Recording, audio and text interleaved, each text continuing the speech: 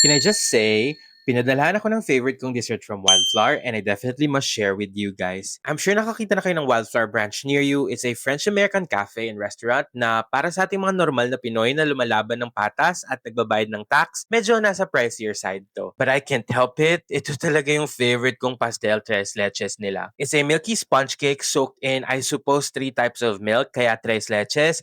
But instead of the normal berry toppings na available sa mga round cakes nila sa iba't ibang branches, itong pastel tres leches ay may house-made dulce de leche na talaga naman parang match made in heaven. Yung gusto ko dito, yung sponge cake nila, it's really soaked with milk. Pero kahit na ganun, hindi siya mushy or nagdi-disintegrate. So hindi ka parang kumakain ng baby food. I like din na pantay-pantay yung pagkakasoak. Meron kasi ako mga na-try na tres leches na for some reason, may dry part and medyo nakaka-off yun. They layer it with a generous spread of dulce de leche na hindi masyadong matamis. So, hashtag tita approved. I'm not sure what the top layer is, but it looks like a chantilly cream to me na just perfect to cut through the richness dahil napaka-light, airy, and subtle lang niya. They finish it off with a streak of caramel, maybe just so we know it's pastel tres leches. It's so good, and if you like creamy, milky, moist desserts like me, I'm sure you'll definitely like this. Don't judge me. Yes, I can finish an entire loaf. This loaf size is 595 pesos. You can just get it from the Wildflower Pantry. Pero if you want a bigger size, you can order it online or maybe just call ahead. It's 2,550